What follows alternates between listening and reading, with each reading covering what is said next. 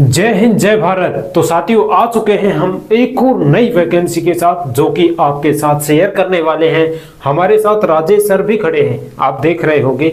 बिल्कुल आसानी से समझाएंगे, पूरी जानकारी से समझाएंगे और इसमें हम बताएंगे। देखिए ये जो भर्ती है, राज्य स्वास्थ्य एवं परिवार कल्याण संस्थान सीफू जयपुर द्वारा ये जो भर्ती निकाली गई है, राजस्थान दंत टेक्नीशियन भर्ती 2023 ये भर्ती निकाली गई है। इसमें पूरी जानकारी, आपको कोई डाउट नहीं रहेगा इसमें। यानी कि जो ऑफिशियल वेबसाइट होती है ना, उसके जरिए ये भर्ती आपको राजेश सर बताएंगे पूरी जानकारी के साथ। आपको भटकना नहीं पड़ेगा और अदर वीडियो भी देखना नहीं पड़ेगा, क्योंकि इस वीडियो को देखने के बाद आपको अदर वीडियो देखने का मौका ही नहीं देंगे राजेश सर। आइए राजेश सर आपको बताएंगे पूरी जानकारी के साथ कि भाई इस भर्ती में क्या होने वाला है। ठीक है, तो बस आप वीडियो को लाइक कर देना। जय श्री राम और जय हनुमान, हो जाएंगे आपके सभी पूरे काम। बस आप बने रहिए वीडियो में। तो आइए राजेश सर और इनको पूरी जानकारी दीजिए। जय हिंद वंदे मातरम। प्यारे साथियों, ये जो भर्ती है इसका नोटिफिकेशन बहुत पहले आ गया था। विज्ञप्ति तो आ गई थी लेकिन पूरा नोटिफिकेशन नहीं आया था। विज्ञप्ति आने के बाद में लोग इसी के ऊपर चर्चा कर रहे हैं, सर वो भर्तियां कब आएंगी, वो भर्तियां कब आएंगी। आ चुकी हैं अब भर्ती, आपका इंतजार हुआ खत्म। और चलिए स्टार्ट करते हैं। थोड़ा स्पीड से बोलूंगा, फटाफट बोलूंगा। बहुत सारी जानकारी है, कंप्लीट जानकारी है। सरकारी जो नोटिफिकेशन आता है उसी से हम तैयार करते हैं, तो आपको पूरी जानकारी बताऊंगा। थोड़ा जल्दी बोलूंगा, वीडियो थोड़ी लंबी हो सकती है, स्किप मत करना, पूरी समझना इसको। क्या एज है, परीक्षा होगी कि नहीं होगी, क्या सैलरी है, क्या लास्ट डेट है, कब से फॉर्म चालू है, सारी बातें करेंगे तमाम। तो चलिए जी बताइए जी। देखिए पहले सबसे पहले हम ये जानना चाहते हैं आपसे राजेश सर जी, ये लोग ऐसे कह रहे हैं कि भाई ये जो दंत टेक्नीशियन है ना, ये इसका काम क्या होता है? इसका काम होता है, जैसे आप जाते हो हॉस्पिटलों में, सरकारी में जाते हो तो वहाँ दंत अलग से दांत वाला डॉक्टर बैठते हैं ना, दांत वाले। आपके दांत में कुछ कीड़ा लग गया, खराबी है, वो पुचुर्री जयंती खाने वालों के लाल पीले हो जाते हैं, उनको सफाई करवाते हैं। किसी की जड़ गड़ जाती है, उसको निकालने का काम। किसी की दांतों की सफाई करते हैं। बहुत सारे वो दांतों को बदलना, उस जगह से उपाड़ कर दूसरा लगाना, दूसरा कृत्रिम दांत लगाना। कभी कभी आपने देखा हो, कोई बूढ़े आदमी होते हैं जिनके जबड़े वो वैसे होते हैं कृत्रिम, फिर वो उनको लगा करके खाना खा लेते हैं, फिर उनको उपाड़ करके धो करके फिर रख लेते हैं। तो ये सारे काम है जो ये दंत टेक्नीशियन वाले करते हैं। आवेदन ऑनलाइन होंगे, आपको कहीं कोई जरूरत नहीं है, सीधा ई-मित्र पे जाइए, फॉर्म भरिए। आवेदन 13 जून से शुरू हो चुके हैं, आज ही चले जाओ फटाफट से। लास्ट डेट है 12 जुलाई 2023। 12 जुलाई से इंतजार मत करो 12 कब आएगी। तुम तो वैसे ही 12 कुछ सुना है, तुम तो 10 कोई करवा दो फ्री काम। 10 से पहले सुलटा दो काम। तुम तो कल ही करवा दो, कल अगर फ्री हो ना तो कल ही करवा दो इसका। बस सारा दंड फंद छोड़ो, पहले फॉर्म भर के आओ। बिल्कुल। देखो बात करें पद हैं 131 पद हैं। बहुत अच्छा मौका है, महिला और पुरुष दोनों के लिए है। एक की बात नहीं, कमेंट मत करना फिर कि सर इसमें महिला जाएंगी या पुरुष जाएंगे, दोनों। एज की बात करें 18 से 40 आपकी उम्र। 40 है, 17 का इसमें फॉर्म नहीं भर सकता और 41 का भी इसमें फॉर्म नहीं भर सकता। अब देख लीजिए छूट वाले कौन कौन इसमें फॉर्म भर सकते हैं एज बढ़ाकर। देख लीजिए छूट है। छूट क्या है देखो, इसमें स्पेशल महिलाओं को जो छूट है वो मैं बताता हूं आपको। महिलाओं को छूट है, जनरल की जो महिला है उसको 5 साल की छूट है। ओबीसी, ईडब्ल्यूएस, एससी, एसटी की जो महिला है उसको 10 साल की छूट है। ये ध्यान रखो। अगर कोई दिव्यांग है, कोई विकलांग है तो वो राजस्थान से होना चाहिए, उसको 5 साल की छूट है। 45 साल का यदि कोई दिव्यांग है तो वो फॉर्म भर सकता है। दिव्यांग का प्रमाण पत्र होना चाहिए, राजस्थान दिव्यांग का। अब चाहे वो महिला हो दिव्यांग या फिर पुरुष हो, बिल्कुल ये बात इसमें नहीं कही गई है कि भाई वो पुरुष हो महिला, दोनों चलेंगे इसमें फिक्स है महिला ही बस। फॉर्म फीस की बात करें, जनरल की 500 रुपए, ओबीसी ईडब्ल्यूएस की 350 रुपए, और जो टीएसपी नॉन टीएसपी क्षेत्र होते हैं ना ये 12, इस 12 की विधवा महिला हो, तलाकशुदा महिला हो, SC ST, इनकी है 250 रुपए, 250 रुपए। 12 विधवा महिला, तलाकशुदा महिला, SC और ST वालों की 250 रुपए। चयन कैसे होगा इसकी भी बात कर लेते हैं। पहले योग्यता और वेतन इनके बारे में बात करते हैं। वेतन आपका 18,000 रहेगा, उसके बाद बढ़ता रहेगा, उसकी टेंशन मत करो, सरकारी नौकरी है। वेतन की टेंशन मत लो। हाँ, योग्यता की बात करें 10वीं 12वीं स्नातक भी कोई हो तो लगा सकता है, कोई दिक्कत नहीं है। उसके पास डिप्लोमा होना बहुत जरूरी है। बार बार पूछोगे तुम सर इसमें डिप्लोमा चाहिए नहीं चाहिए, सुन दो ध्यान से, डिप्लोमा के बगैर आप इसमें कैसे जाओगे भाई, नहीं जा सकते। डिप्लोमा होना चाहिए। डेंटल हाइजीनिस्ट, डेंटल मैकेनिक, ये डिप्लोमे हैं, इनमें से आपके पास है तो आप लगा सकते हो और इस भर्ती में शामिल हो सकते हो। इसमें एक बात कही गई है, राजस्थान पैरामेडिकल काउंसिल जारी पंजीयन क्रमांक अनिवार्य, यानी कि आपका राजस्थान पैरामेडिकल काउंसिल में पंजीयन क्रमांक अनिवार्य है। यदि पंजीयन नहीं होने पर कोई दस्तावेज मान्य नहीं होगा। ये ध्यान से सुनो। पंजीयन नहीं करवा रखा है आपने तो आप इस भर्ती के लायक ही नहीं हो, आपको बाहर कर दिया जाएगा, कोई डॉक्यूमेंट्स आपका मान्य नहीं होगा। इसलिए सबसे पहले राजस्थान पैरामेडिकल काउंसलिंग आप करवाइए, पहले इसका पंजीयन करवाइए, और वो भी लास्ट डेट से पहले लास्ट डेट तक ही मान्य होगा इसका पंजीयन। उसके बाद आप पंजीयन करवाते हो तो मान्य नहीं होगा, इस बात का विशेष ध्यान रहे।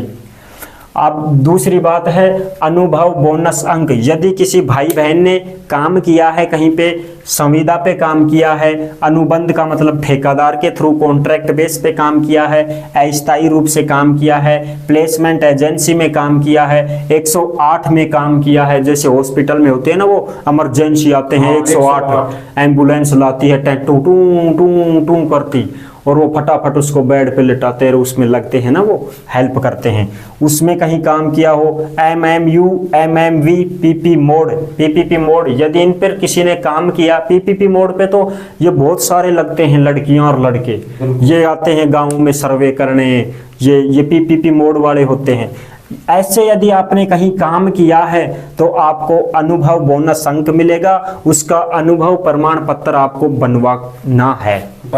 अगर किसी ने भी इनमें काम किया है उसका अनुभव प्रमाण पत्र बनवा लो। हाँ, अनुभव प्रमाण पत्र आवेदन शुरू होने से पहले का होना चाहिए। बिल्कुल, जैसे फॉर्म शुरू है 13 जून से, तो इससे पहले पहले बनवा के ले आओ आप। हाँ। ठीक है, तो आपको इसमें छूट मिलेगी। दूसरी बात देखो, यदि कोई भी विकलांग है, दिव्यांग है, तो वो अपना राजस्थान का दिव्यांग वाला प्रमाण पत्र बनवा ले, वो भी 40% वाला होना चाहिए।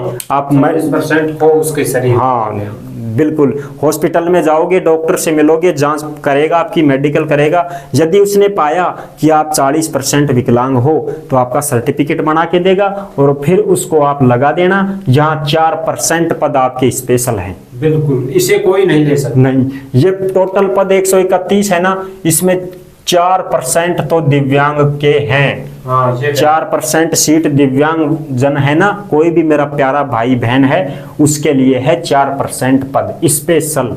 और यदि वो कुछ कमेंट करते हैं, जैसे अब यहीं कर रहे हैं नगर पालिका में कि सर मेरी दिव्यांग 30% है, एक भाई ने कमेंट किया था, तो क्या मैं फॉर्म लगा दूं, छूट मिलेगी? देखो 30% है ना आपकी, तो आपको कोई छूट नहीं मिलेगी, आप फिर उसी कैटेगरी में आओगे जिस कैटेगरी से सब भरते हैं। यानी कि 1% भी कम होगी तो मान्य नहीं है। मान्य नहीं है, बस फॉर्म तो आपका सही है, नौकरी आप लग सकते हो, लेकिन आपको इसमें नहीं मिलेगा छूट। इसमें नहीं, फिर आप पूरी 40% हाँ, ही चाहिए। फिर आप वैसे लगोगे, फिर आपकी कास्ट के अनुसार से छूट मिलेगी आपको। देख लेते हैं चयन की बात। मेरिट लिस्ट के बेस पे कोई परीक्षा नहीं है, किसी भी परीक्षा का आयोजन यहाँ पे नहीं होगा। बिल्कुल परीक्षा नहीं है, गलत। इसमें आपका सीधा मेरिट लिस्ट है, परीक्षा वहां लगा रखा है, परीक्षा नहीं होगी आपकी, यहाँ पे नहीं होगी। मेरिट लिस्ट छटेगी, और वो भी कहाँ छटेगी? एक तो आपका डिप्लोमा का नंबर 70% तो बोलेंगे, अनुभव बोनस 30%। जिस प्रकार से दोनों को मिलाकर, ऐसा मत समझना अब तुम कि सर डिप्लोमा में मेरी 70% है तब लगाऊं, नहीं। डिप्लोमा में 100% नहीं जोड़ेंगे, वो 70% हिस्सा डिप्लोमा की परसेंटेज का लेंगे, और 30% जो अनुभव बोनस है आपको वो मिलेगा। ऐसे टोटल मिला करके अंक जुड़ेंगे और फिर आपका जो है मेरिट बनेगा। ठीक है, मेडिकल होगा, डॉक्यूमेंट चेक होंगे, डॉक्यूमेंट सारे आप खुद को वहां जाना पड़ेगा, डॉक्यूमेंट्स हाँ वहां जाना पड़ेगा, सब वहां जाते हैं, डॉक्यूमेंट्स वेरिफिकेशन होता है, तब वहीं जाकर के सब कुछ ले जाना पड़ता है। फार्म भरे हो वो भी, पर्चा, बिल्कुल, मूल, जाति, मार्कशीट, पुलिस वेरिफिकेशन, सब कुछ ले जाना पड़ता है। डॉक्यूमेंट्स आपको नहीं छोड़ना है, ओरिजिनल वहां ले जाना पड़ता है जब बुलाते हैं तो वो। तो ये बात है, परीक्षा नहीं है। आगे बात करते हैं अब क्या छूट गया, आरक्षण वाली बताओ। हाँ फटाफट देखो, छूट ना जाए कोई भी। यदि कोई भी विवाहित महिला है, शादीशुदा महिला है, यदि वो राजस्थान से बाहर की है और यहाँ राजस्थान में उसका ब्याह हो गया है, तो वो है तो हरियाणा वाली कैसी भी मान लो, तो उसका ब्याह हो गया राजस्थान में, कोई आरक्षण नहीं है मेरी बहन। बिल्कुल। यदि आपका जन्म राजस्थान में हुआ है और चाहे शादी आपकी कहीं भी हो, छूट मिलेगी, आप बिल्कुल छूट मिलेगी, आरक्षण मिलेगा। यदि आप राजस्थान से बाहर की हो और यहाँ शादी होने के बाद आई हो ससुराल में राजस्थान में, कोई छूट नहीं है, आरक्षण नहीं मिलेगा। और दूसरी बात, ये जो महिलाएं हैं, ये मूल जाति जो विवाहित महिलाएं होती हैं, जो अब ये कमेंट आए थे बहुत ज्यादा आए थे कमेंट कि सर मैं विवाहित महिला हूँ, कि भाई मैं मेरा खुद का प्रमाण पत्र चला दूं या पति के नाम से बनवाऊं या पिता के नाम से बनवाऊं। तो ये आपको विशेष सूचना है, जो भी विवाहित महिलाएं हैं वो मूल निवास और जाति प्रमाण पत्र अपने पिता के नाम से ही बनवाएं, पति के नाम से नहीं चलेगा। बिल्कुल, समझ रहे हो, पिता के नाम से ही बनवाएं, वही चलेगा, पति के नाम से मत बनवाना। ठीक है। दूसरी बात, खिलाड़ियों के लिए भी 2% पद हैं। बिल्कुल, जो भी राजस्थान के मूल निवासी हैं, जो उत्कृष्ट खिलाड़ी हैं, जिन्होंने ट्रॉफी जीती है, मेडल जीते हैं, 2% पद आपके रहेंगे। हमने अलग से वीडियो बना रखी है खिलाड़ियों के लिए राजस्थान नगर पालिका में, उसको जाके देख लेना, उसमें सारी कैटेगरी शामिल है। उसमें भी 2% ही छूट है। हाँ, तो वो ही इसमें है। हाँ, वो ही इसमें। ये पद है 131, इसमें 2% छूट है। खिलाड़ियों को प्रमाण पत्र लगाना पड़ेगा कि मैं खिलाड़ी हूं। ऐसे कौन मानेगा, मैं भी जाके फॉर्म लगा दूं, ले खिलाड़ी से भर दे, टिक कर दे, कुछ छूट मिल जाए, ऐसा नहीं कर सकते। नहीं मिलेगा, खिलाड़ी होना चाहिए, प्रमाण पत्र होना चाहिए। बिल्कुल। विधवा महिला और तलाकशुदा महिला, इनको भी बता दें, विधवा जो महिला है वो अपने पति का मृत्यु प्रमाण पत्र लगाए और विवाह पंजीयन भी करवाए। बिल्कुल, लास्ट डेट से पहले, वो लास्ट डेट से पहले। और जो तलाकशुदा महिला है वो डिवोर्स पेपर न्यायालय से जो दिया है, भाई तलाक भी तो हुई है ना, उसका प्रमाण पत्र लगाए, और वो भी लास्ट डेट से पहले का बना हुआ होना चाहिए। ऐसा नहीं है कि भर्ती तो आ गई है, अब तुम तलाक झूठ मूठ दे रही हो, अरे लगा दे तलाक, अपने नौकरी तो लाग जा, बाद में फिर रह लेंगे एक साथ। ऐसा नहीं चलेगा कि तुम नौकरी के चक्कर में तलाक देना चालू हो गई। मृत्यु प्रमाण पत्र पति का और विवाह पंजीयन भी मांग रहे हैं। क्या पता ये फर्जी मृत्यु प्रमाण पत्र तो नहीं बनवा के ले आई है। बिल्कुल, आपका विवाह कब हुआ था और इसके साथ ही हुआ था क्या, हाँ, ये सारा देखेंगे, वो देखेंगे कि भाई मृत्यु प्रमाण पत्र जिस नाम का है उसी नाम से विवाह पंजीयन भी होना चाहिए, कि भाई इनकी शादी वास्तव में दोनों की हुई थी, अब इसकी मौत हो गई है, ये मृत्यु प्रमाण पत्र जारी हुआ है, तो ये आपको लगाना है। लास्ट डेट से पहले का ही होना चाहिए। भूतपूर्व सैनिकों लिए भी, जो भूतपूर्व सैनिक हैं वो रिटायरमेंट हो गए हैं, एक तो वो कैटेगरी, भाई रिटायरमेंट हो चुके हैं, वो तो आ जाएंगे सीधी सट, चलो साहब छुट्टी, वहां से तो छुट्टी ले ली, अब यहाँ नौकरी करेंगे, क्योंकि वो भी मेडिकल में रहते हैं ना, वहाँ सेना में, भाई आर्मी, एयरफोर्स और तुम्हारी कौन सी है, नेवी, इनमें वो मेडिकल वाले नहीं रहते हैं क्या, बताओ, रहते हैं ना, रहते हैं, वो ही लगेंगे। तो वो आप ऐसे सोच रहे हो जीडी वाले आ जाएंगे, जीडी वाले बंदूक चलाने वालों का काम नहीं है यहाँ तो मशीन चलेंगी दांतों को वो करने के लिए। तो वो डॉक्टर जो सेना में हैं उनके लिए है ये विशेष छूट यहाँ पे। तो एक तो रिटायरमेंट हो गई, वो तो सीधे आ ही जाएंगे, कोई दिक्कत नहीं है। दूसरी बात, एक वो हवलदार जो 1 साल के भीतर सेवानिवृत्त होने वाले हैं, यानी कि साहब मेरी 10-1 महीने की और नौकरी है, फिर मैं तो रिटायरमेंट हो जाऊंगा, वो प्रमाण पत्र यहाँ लगाना पड़ेगा आपको, तभी आपको यहाँ। हाँ, और जो रिटायरमेंट हवलदार हैं उनको भी अपना सेवानिवृत्ति का प्रमाण पत्र जरूरी है, वो भी लगाएंगे। ठीक है, ये बातें सारी कंप्लीट। आगे देख लो, इसमें नोट लगा रखा है, कोई भी आवेदक चाहे वो महिला हो या पुरुष हो, सन 2002 के बाद 2 से अधिक संतान नहीं होनी चाहिए, वरना नियुक्ति के पात्र नहीं होंगे। बिल्कुल। यदि आप महिला हो या पुरुष हो, 2002 के बाद, 2002 से पहले जो हो लिया सो हो लिया, वो तो छोड़ो। अब 2002 के बाद में जो भी फार्म भर रहा है या भर रही है, उसके 2 ही बच्चे होने चाहिए। बच्चे 2 ही अच्छे, 3 हो गए तो आपको यहाँ से बाहर कर दिया जाएगा, नियुक्ति से बाहर हो जाओगे। हाँ, एक छूट है, यदि किसी के एक बच्चा हुआ शुरू में, कोई बात नहीं, दूसरी बार में 2 जुड़वा हो गए तो वो 3 हो गए, अब तो उसमें छूट है। तो वो जुड़वा हुए हैं ना, उनको एक ही माना जाएगा, ये आपको छूट है।